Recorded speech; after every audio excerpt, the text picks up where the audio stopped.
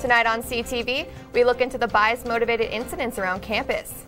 We interview CSU Police Chief Scott Harris. We'll discuss new ASCSU bills and have a live interview with ASCSU's Connor Cheadle. All that and more from the people you know, starting now on CTV.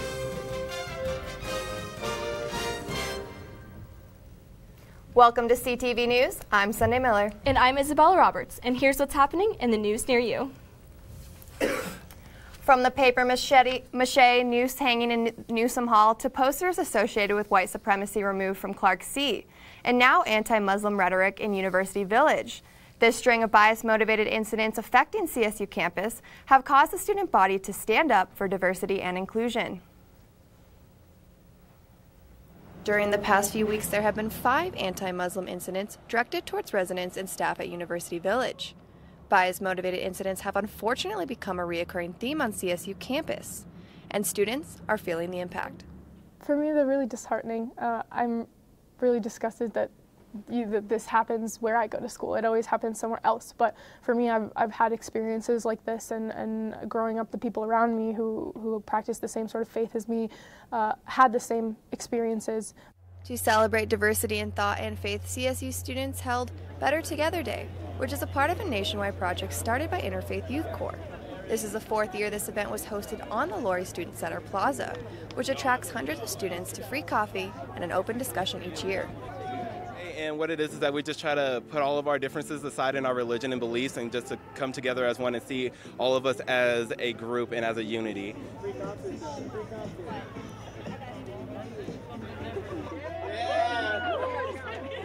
On campus this semester, there's been different incidents targeted against different minorities. I think this is an important way for us to have awareness of cultures that are different and have those conversations. The Academic Village Hall Council tackled these controversial topics by hosting a discussion called What is Happening in Our House, to allow residents to express their thoughts on the atmosphere of campus, learn how to respond to hate crimes, and build a supportive community.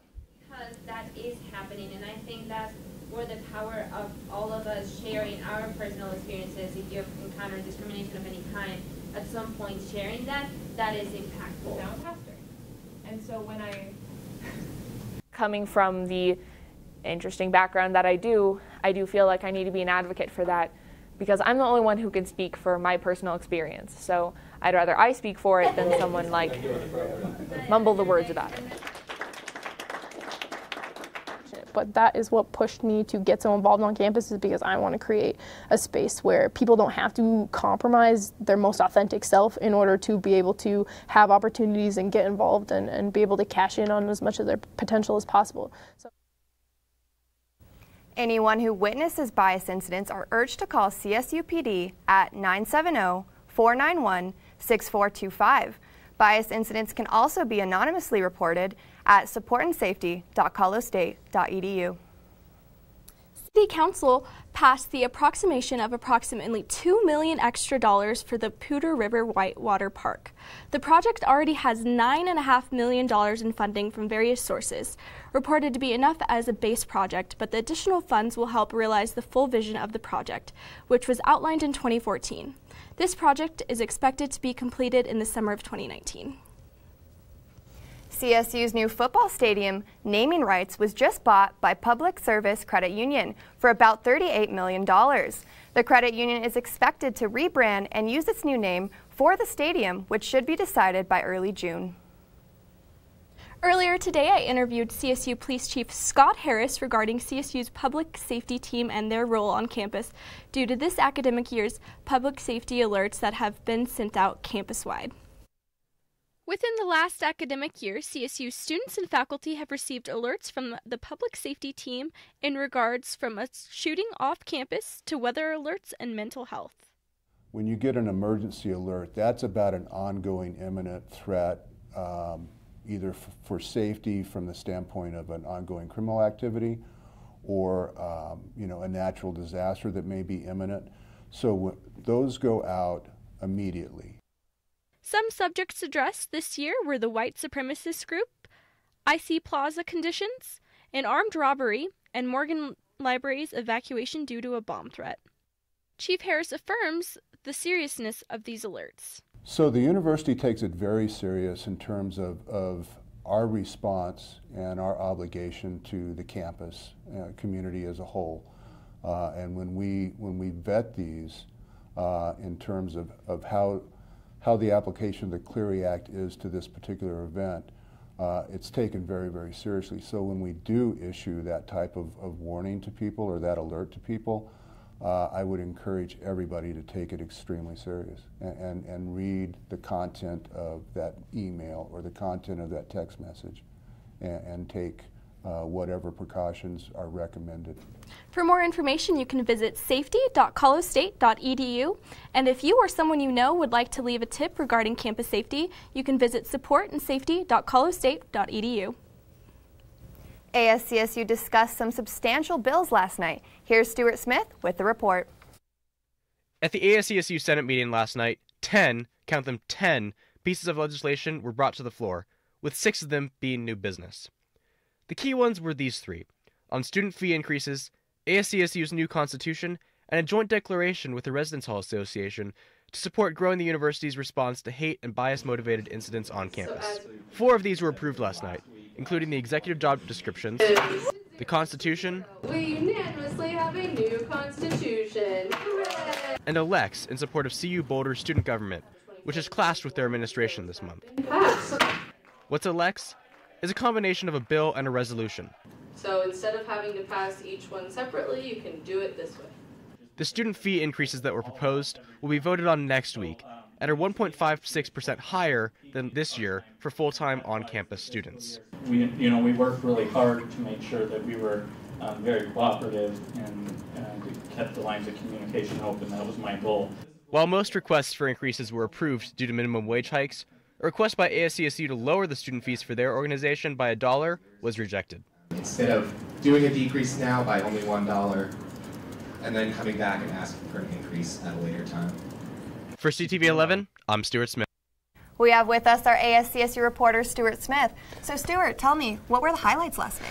So the main thing that I really got out of that was that student fees are probably going to be increased. ASCSU still has to vote on that, but there's been some proposals for that. The average full-time on-campus fees are going to go up by around just under $19.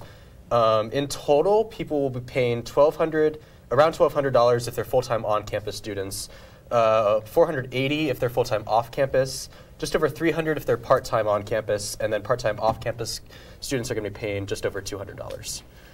Wow, so definitely a lot covered last night. Yeah, it's just about 1.5% increase than from last year, or from this year, actually. Okay, great. Thanks for letting us know. Well, we are going to break, but stay tuned for an interview with ASCSU's Connor Cheadle after this.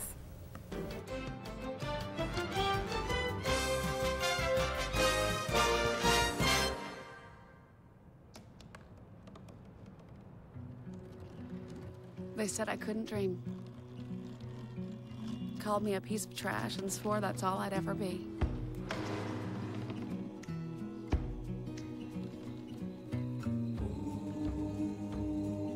Said a bottle couldn't see the ocean.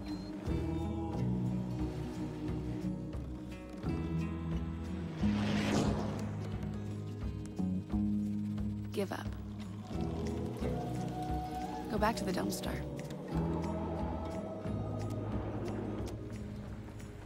But I didn't listen. I made my way.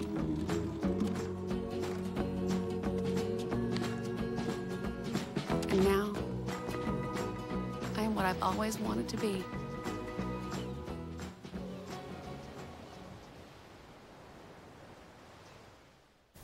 We have with us here Connor Cheadle, who is a senator for ASCSU, and he's the man who wrote most of the ASCSU Constitution. So, Connor, what was the reasoning for writing this new Constitution? Yeah, so for the past 3 administrations in ASCSU, we've had a lot of issues with the Constitution, and we've come under a lot of criticism for focusing internally. This is mostly because of all the issues with the impeachment and just general issues we had with the Constitution itself. It was a mess, hard to read, didn't make sense. There were actually some areas that repeated each other and then would contradict each other, which was really weird. So I took it upon myself to rewrite the thing. This had been attempted a couple of years ago with the Sidoriak administration when they had the Constitutional Task Force. That ultimately failed due to partisan infighting. And to be honest, the unanimous vote last night was something that was incredible to me. I would never have guessed a year ago when I was thinking about writing this thing that it would have passed unanimously this way. That really shows that ASCSU, in terms of the Senate, was able to come together and really make an incredible document so ASCSU can continue to function like an incredible student government that we are. Okay. During some of the Senate meetings that I attended, there were definitely some debates about what kind of things went on in the going in the Constitution. How do you guys get around that kind of thing? I mean, we just debate. One of the big points in the Constitution was the Speaker of the Senate. As you know, last year we created the Speaker of the Senate position to run the Senate itself. And the issue with that was, do we elect it internally or do we have the students elect the Speaker of the Senate? And what happened last year is that we had come up with a compromise that the Senate would ratify the Speaker of the Senate and the students would also elect them. So that was re-implemented into this Constitution. We have this what's called the Speaker of the Senate compromise. So ASCSU basically vets the candidates for Speaker of the Senate, make sure they're qualified to run the Senate, and then they go forward in the general election and things like that. Yeah. There were some changes to the impeachment process too. I know that the actual CSU administration got involved in that somewhat. What kind of things did you, or what kind of changes did you make in that? Yeah, so that was an adventure. I spent much of this last semester in general counsel talking with all the lawyers and dealing with this. But basically what they needed was for impeachment to be moved from ASCSU into OEO and the Student Resolution Center. So right now we have the process that we, say you and I have a conflict, we can take that to Student Resolution Center. That's the same thing, is that they made it just through the standard channels of student conflict and stuff like that. Okay. Yeah. What other specific changes were made? I know that it was kind of just cleaning it up, and then those two things. Was there anything else? Well, there's a lot of power balancing going on here. The things were vague and not really understood. We very well clarified that the Senate is the legislative body of ASCSU. Everything new and all that should go through the Senate, and the executive runs the programming and things like that. So it very distinctively sets those power boundaries and makes us a very democratic institution. Okay, cool. Well, thank you for coming on. Yeah. That's all we have for news. Stay tuned for weather, sports, and entertainment right after this. This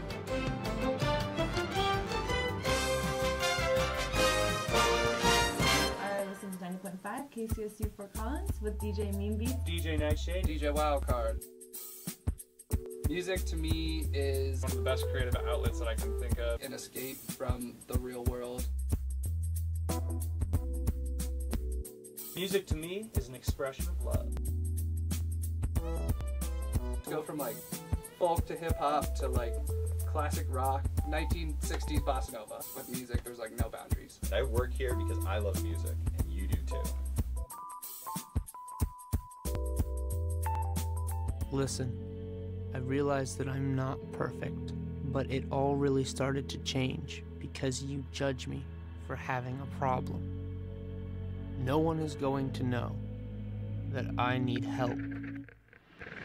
I need help. I know that no one is going to judge me for having a problem. I realize that I'm not perfect, but it all really started to change because you listen.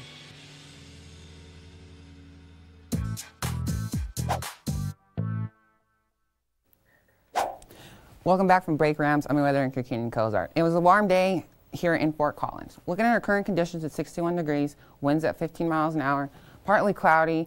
Those clouds will form overnight tonight. Snow will move into the mountains from the north, coming from Wyoming. Looking at your overnight lows, it's going to be 30s, 37 as that cold front moves in. Looking on your I-25 corridor, 40s and 30s, Denver 39, Fort Collins 41. Look onto those plains, it's going to be 30s and 40s, 41 in Sterling. Looking at your tomorrow's forecast, 54 is your high, 34. It's going to be rainy, cloudy, not a very good day. It's going to be about a 20% chance. Winds at 20 miles an hour east-southeast, gusts at 17 miles out of the northeast. And your sunset is at 7:45 p.m. Looking at tomorrow's highs, 50s and 40s, 45 in Gunnison, Vail at 51, I-25 corridor, 50s and 40s, 51 in Colorado Springs, 59 in Pueblo. Looking on that I-25 corridor, 52 in Sterling and 50 in Burlington. Looking at that 5-day forecast, there's a chance of rain, 54. That clouds will start forming over tomorrow night into Friday. That rain tapers off about 10 a.m. on Saturday. Snow about an inch, but not very much. The mountains will mostly get more snow than anything else. Like on Sunday, it's going to be beautiful, 69 degrees. Monday, 71 and warm. Tuesday, 57 and cloudy. Look at your Friday calendar. You're going to warm up. It's going to be cloudy, 47 degrees. Those clouds stay with us as it becomes overcasted. 52 degrees, cloudy at 14-mile-an-hour winds. 49 is your high. Chance of rain in the afternoon for your evening commute. Well, I'm here with the sports anchor talking about this week in sports. So, Jared, what about that? What's your opinion on the football game? Yeah, the football game, I think it'll be a really interesting game to watch. We have KJ Carter-Samuels, who won't be playing in the game. We have Izzy Matthews, the offensive leader, and then we're going to have Anthony Hawkins on the defense. Those guys are going to go toe-to-toe, and it'll be really interesting to see how that plays out. And for the game, do you think it's going to be good weather? It's going to be about 42 starting the game for kickoff, about a 7-mile-an-hour wind. Around that 4 o'clock, it's going to be about 47. That's going to be about the high for the day with about a 6-mile-an-hour wind.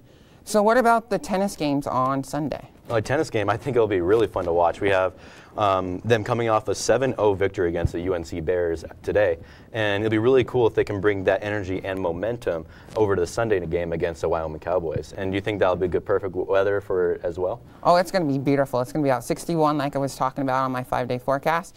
It's about 2-mile-an-hour wind. Around that 4 o'clock p.m., it's going to be about 67 for the high, about a 5-mile-an-hour wind, which will be pretty nice for going out and watching some tennis or going out and enjoying at least a beautiful day on a Sunday before. Yeah. Well, that's all I have for weather. Stay tuned for Jared up next with sports. Look at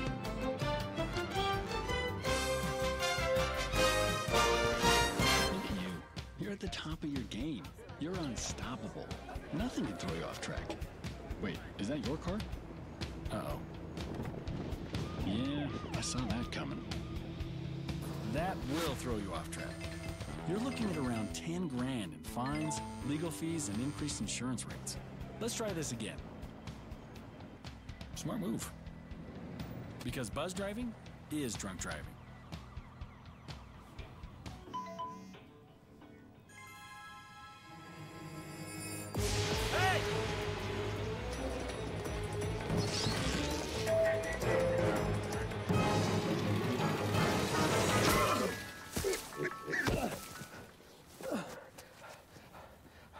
So, same time next week? Well, of course. Put away a few bucks, feel like $1 million. For free tips to help you save, go to Feed the Beat.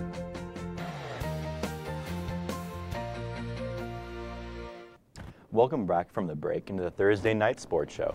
I'm Jared Stratton, here to catch you up on CSU athletics. Earlier this morning, CSU announced their partnership for the naming rights of the football stadium. We have a naming rights partner, and that is Public Service Credit Union, and it's a significant partnership that we're embarking upon. It'll be a 15-year naming rights for the stadium at a total of a little over $37 million, and that's when you frame that within intercollegiate athletics, that's a wonderful step to really putting this facility on strong financial footing as we move forward. The other piece, too, is that Public Service Credit Union is going through a rebranding process. So you're probably interested in knowing what the name of the stadium will be, and that's something we'll have to hit the pause button on and look a little bit forward in the future until we're able to have that discussion. This agreement is a first for the new stadium and will be in effect for 15 years. The field itself will still be named after former head coach Sonny Lubick, who was actually in attendance during the announcement ceremony. This official name of the stadium will be announced within the next 5 weeks. The CSU football team was in a full padded practice yesterday in preparation for Saturday's green and gold game. This will be the first spring game in the stadium, and head coach Mike Bobo has preparing the team for this game. I mean, we had a padded practice today. Had some live situations today, had some move the field live, and at the end, I added, after 1 minute, I had some red zone situations, about 7 of them, from the 12, the 10, the 8, the 6, where you had to score a touchdown, and it was live, and it got a little bit heated out there, so it was good to see their juices flowing, and I hope it'll be the same way on Saturday. Now, Saturday will be probably half a practice and half a scrimmage, similar to what we did in the second scrimmage where we got 40 to 50 plays. But we'll have some live action, and we'll have some competition drills and special teams, but it'll be another opportunity to get better. An opportunity to get better in the drills, and then we got to take that to scrimmage situations. So I'm looking forward to Saturday. And, when there's people watching and people in the crowd, it tends to get their juices flowing a little bit more. Although the offense is changing up a little bit, all eyes during this game will be on the defense and how they perform under their new defensive schemes. The scheme we have, it's more of a higher level scheme, but it's also a better scheme to help you make more plays. But it's a lot of new learning and a lot of things we got to go through. I expect us to dominate anybody in front of us, and that's including offense coming up on Saturday. The game itself will be played at the stadium at noon this Saturday. The CSU tennis team took to the court today in a game against UNC. The game started off strong with the CSU sweeping the Bears in doubles, but the Rams weren't as dominant in singles. The singles were led by an incredible performance from junior Emily Kolbau and sophomore Riley Reeves. Each of them had a complete shutout game, winning 6-0. The Rams stayed strong in their first few games with the 2 other Rams doing the singles, the 6-1 score. The Rams have one more game before the end of the year against the Wyoming Cowboys this Sunday at noon. Well, that's all the sports I have for today, but make sure to check Legion.com and CTV Channel 11 on YouTube for the latest in CSU athletics. I'm Jared Stratton, and up next is Ryan Chris with entertainment talking about curling.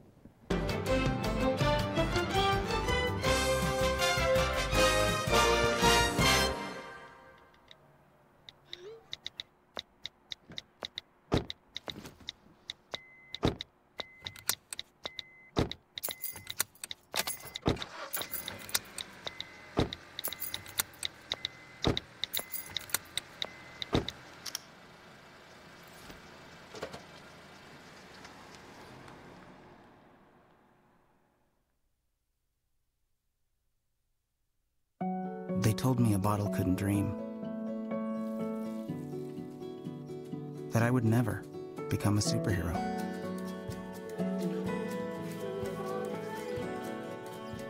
But I learned how to fly.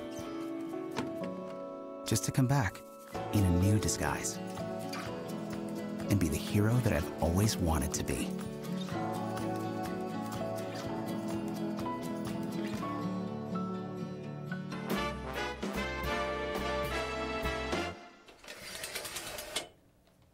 What's up, Rams? My name's Ryan Chris, and we're back on another fantastic Thursday bringing you all things entertainment. CSU students and faculty came together to provide Parkinson's patients a mix of physical therapy and emotional therapy through music and dance. The group Moving Through Parkinson's is at the Columbine Health Systems Center for Healthy Aging, where they're having a class to do simple motor tasks that they need to do on a daily basis while moving to the beat of music. These movements could range from picking something up to blocking a fall. As well as these practical movements, they're also learned various dances like waltzing.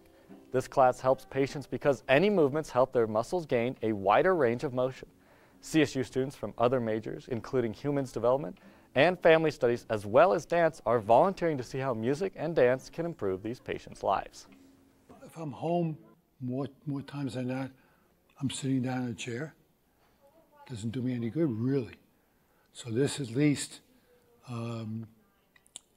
keeps me moving and enjoy it and enjoy the company. And I know it's helping me because I know the difference in what I was before I started this class and where I am now. Certain things I couldn't do at all and certain things I can do. And even though I don't know if my condition is any better. At least I know I feel better. These classes will continue for the next few weeks at the Health Center. With finals week quickly approaching, I know, I don't want to talk about it either, but there is one upside, LSC Late Night, where coffee and food will be 50% off after 7 p.m. Each night will have different coffee and different food half off. The schedule is Sunday night we'll have That's a Wrap and Sweet Sensations. Monday we'll have Intermissions and Subway. Tuesday, Garbanzo Express and Sweet Sensations. Wednesday, Sweet Sensations and a bagel place. Now normally I'd be more excited, but since the LSC is literally just the 5 same options every day, 50% off isn't that much of a change. While the Olympics ended a while ago, a few Fort Collins fans decided to take part. At the Epic Ice Rink, the Poudre Valley Curling Club was teaching curling fans how to play the sport. They did this by dividing up into 4 teams where they learned how to throw the rock, when and how to sweep, and the strategy of the game.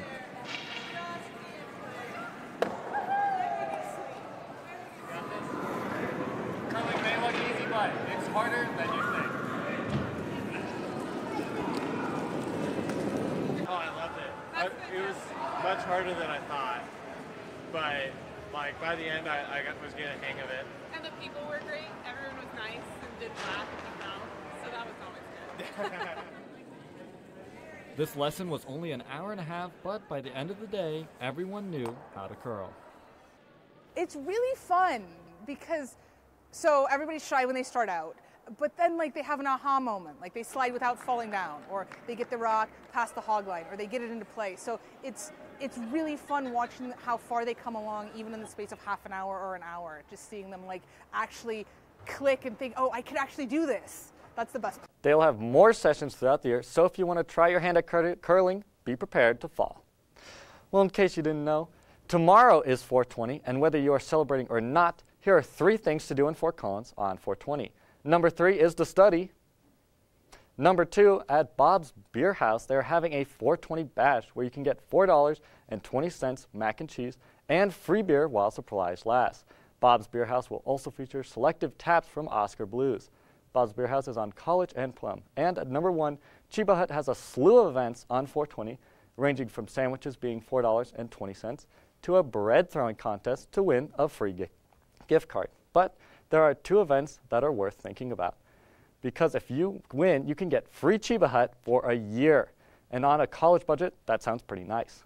All you have to do is either chug Kool-Aid the fastest or eat more jalapenos in 7 minutes than the other person. To find out more about how you can win Chiba Hut for a year, head to their Facebook page.